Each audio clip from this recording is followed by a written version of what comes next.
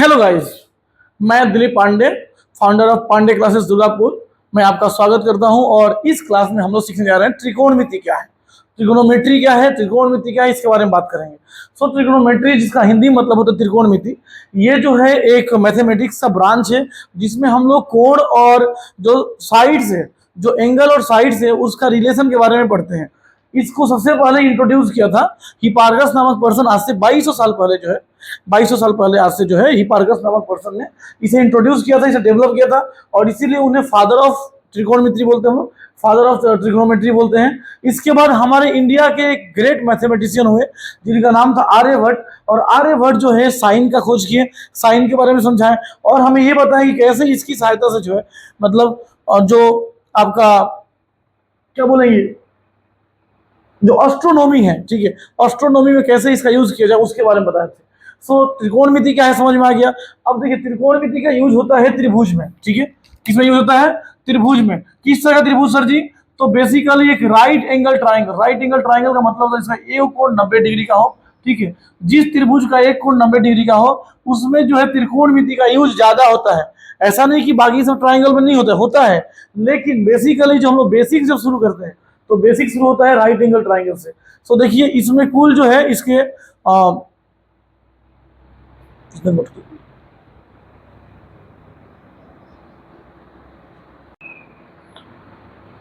किसी भी त्रिकोणमिति जो क्वेश्चन रहता है ना, उसमें देखिए 6 गो रेशियो होता है। ये ट्राइंगल जो है, ये राइट एंगल ट्राइंगल जिसको हम लोग बोलते हैं, इसमें कुल 6 रेशियो होता है। इस 6 रेशियो पर ही पूरा का पूरा त्रिकोणमिति है। पहला है जो साइन कॉस टेन, और अगला 3 तो है कॉसेक सेक और कॉट। क्या होता है, अगर मान लीजिए एक जो है एंगल 90 डिग्री है, तो 90 डिग्री का ठीक सामने वाला जो पोर्शन होता है उसको हम लोग बोलते हैं हाइपोटेनियस। क्या बोलते हैं जिसको? हाइपोटेनियस, ठीक है, हाइपोटेनियस क्या बोलते हैं? हाइपोटेनियस। नीचे जो दिख रहा है ये बेस कहलाता है, और ये जो दिख रहा है इसको हम लोग परपेंडिकुलर बोलते हैं। अब एक बार बता दे रहे हैं, परपेंडिकुलर और बेस जो है अकॉर्डिंग टू क्वेश्चंस चेंज हो जाता है। जैसे मान लीजिए कि अगर कोई कोण है जिसको हम लोग थीटा मानते हैं, क्या मानते हैं जी?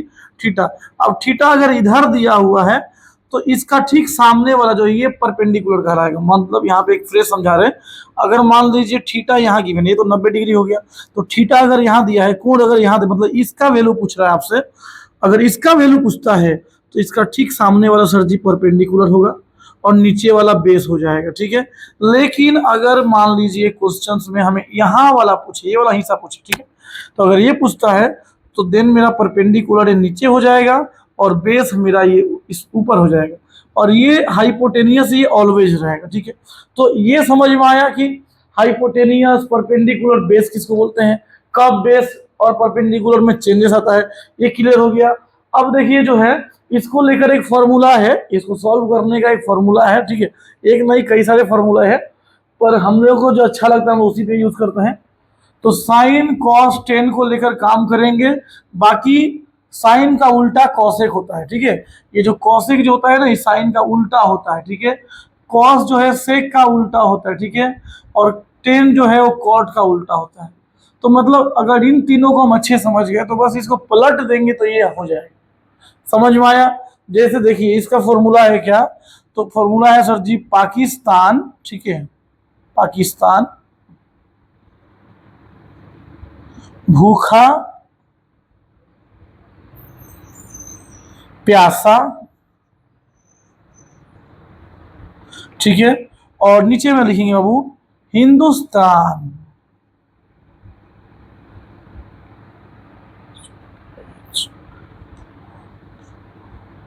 हरा, और ये भरा। तो ये जो आपको पहला लेटर दिख रहा है इसी को हमको उठाना है। साइन का मतलब यहाँ पे हो जाएगा आपका साइन थीटा, मतलब ये P/H क्या हो जाएगा जी? P/H। साइन का मतलब क्या हो गया? P/H। कॉस का मतलब क्या होगा जी? ये वाला, तो ये साइन हुआ, ये कॉस हुआ, और ये टेन हुआ, टेन, ठीक है। कॉस का मतलब क्या होता है जी?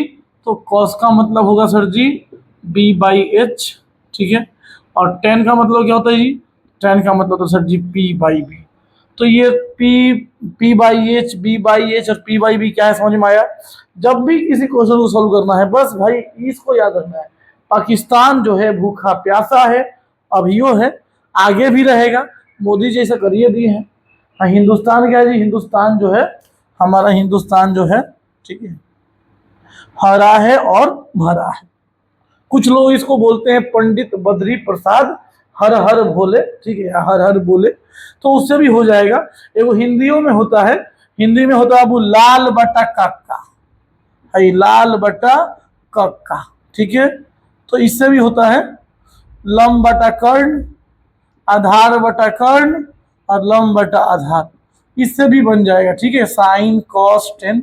बट थोड़ा सा अंग्रेजी सीख लेना जरूरी है, ठीक है, तो इसीलिए इसको हम लोग फॉलो करते हैं। और दूसरा जो है, हम लोग को इस भी याद रहेगा ना कि पाकिस्तान कैसा है, भूखा प्यासा है, हिंदुस्तान हरा भरा है। क्लियर। अब इसके ऊपर हम लोग जो है कुछ इसका मतलब जो वैल्यू होता है, साइन 0 डिग्री, साइन 30 डिग्री कैसे निकलता है, वो आपको हम सिखाते हैं।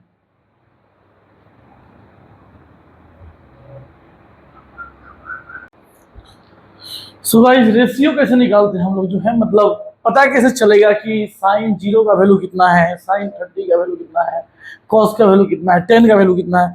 टीचर लोग बोलता है कि याद कर लो, याद करो, कितना बच्चा याद करेगा, है कि नहीं। ऑलरेडी 6 को सब्जेक्ट याद करने को भरा पड़ा है, इसको भी याद करेंगे।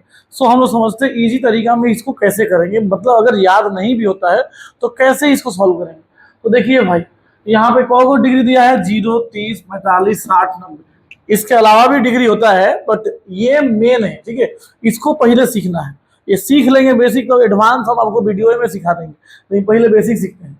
तो ये इसको जो है इस तरह से लिख लीजिए, ये 0 है, ये 1 है, ये 2 है, ये 3 है और ये 4 है, और सबको जो है डिवाइड कर दिए जो बच गया है। जैसे मान लीजिए 0 है, तो 0 को हम डिवाइड करें कितना से, 1, 2, 3, 4, 4 से डिवाइड करेंगे और इसका रूट निकालेंगे। क्या निकालेंगे जी, रूट। तो 0 बटा समथिंग बहुआ 0 होता है, 0 का रूट क्या होता है, 0 ही होता है। सर जी साइन 0 डिग्री का वैल्यू कितना होगा, 0 होगा। समझ में आया। साइन 30 का वैल्यू यहाँ कितना दिख रहा है, 1 दिख रहा है। 1 बटा कितना बच गया, 1, 2, 3, 4 को बच गया, है ना। जो है उसको लिख करके बाकी गिन के 4 से डिवाइड कर देंगे, 4 को बच रहा है। अगर इसको छोड़ेंगे तो बच रहा है 1, 2, 3, 4। तो 1 यहाँ पे लिखेंगे, जो बच रहा नीचे से डिवाइड कर देगा, इसका रूट निकालेंगे। तो 1/4 का रूट कितना होता है, 1/2। मतलब साइन 30 का वैल्यू कितना होता है सर जी, 1/2 होता है। साइन 45 में क्या दिख रहा है सर जी, 2 दिख रहा है। तो 2 फिर 4 से डिवाइड करेंगे, तो ये कट गया, 2 1 कम 2, 2 दूनी 4, मतलब 1/2 का रूट निकालेंगे तो कितना आएगा, 1/√2 आएगा, 1/√2 आएगा। सिंपल। समझ में आ रहा है कि नहीं समझ में आ रहा है। फिर तो ये यहाँ पे 3 दिख रहा है। अब 3 को हम 4 से अगर डिवाइड करते हैं तो यहाँ ऊपर में √3 हो जाएगा। 4 का रूट कितना होता है, 2 होता है। और अगर 4 को 4 से डिवाइड करते हैं, रूट निकालते तो सर जी आएगा 1। 1 का रूट कितना होता है, 1। समझ में आया। बहुत आसान तरीका है। तो साइन 0 का वैल्यू हुआ 0, साइन 30 का वैल्यू हुआ 1/2, 45 का 1/√2, 60 का हो गया √3/2 और 90 का हो जाएगा सर जी 1। अब कॉस क्या है, खाली इसको पलट देना है, खाली इसको पलट देना है, मतलब कॉस में हो जाएगा। जैसे देखिए साइन 0 का वैल्यू कितना है, 0, तो कॉस 90 में लिख देंगे हम 0, ठीक है। और साइन 90 का वैल्यू कितना है, 1, तो कॉस 0 में लिख देंगे 1। इसके बाद में देखिए साइन 60 का वैल्यू कितना, √3/2, तो कॉस 30 में लिख देंगे √3/2। और साइन 30 का वैल्यू कितना है सर जी, 1/2, तो कॉस 60 में लिख देंगे 1/2। और ये मिडिल में पड़ रहा है, तो इसका मिडिल वाला ही जो है वही उतर जाएगा बस। टेन मतलब तो tan theta equal to sir ji होता है, याद रखना कि sine by cos. Tan theta का वैल्यू कितना होता है, साइन बाई कॉस होता है। तो साइन में देखिए कितना है, साइन में 0 है, कॉस में कितना 1। तो साइन 0/1 करेंगे तो कितना आएगा, 0 आएगा। दूसरा है टेन 30 का वैल्यू में आएगा इधर 1/2, अब भाग देंगे जो है 1/2, इसको डिवाइड करेंगे हम √3/2 से, तो कितना आएगा देखो 1/2। ये भाग गुना में बदल जाएगा, 2/√3 हो जाएगा, 2 2 कट गया, मतलब 1/√3 हुआ, 1/√3। तो इसका वैल्यू हो जाएगा 1/√3। इधर देखिए साइन 45 में भी 1/√2 है और कॉस 45 में भी 1/√2 है। √2 कट गया, कितना आएगा 1।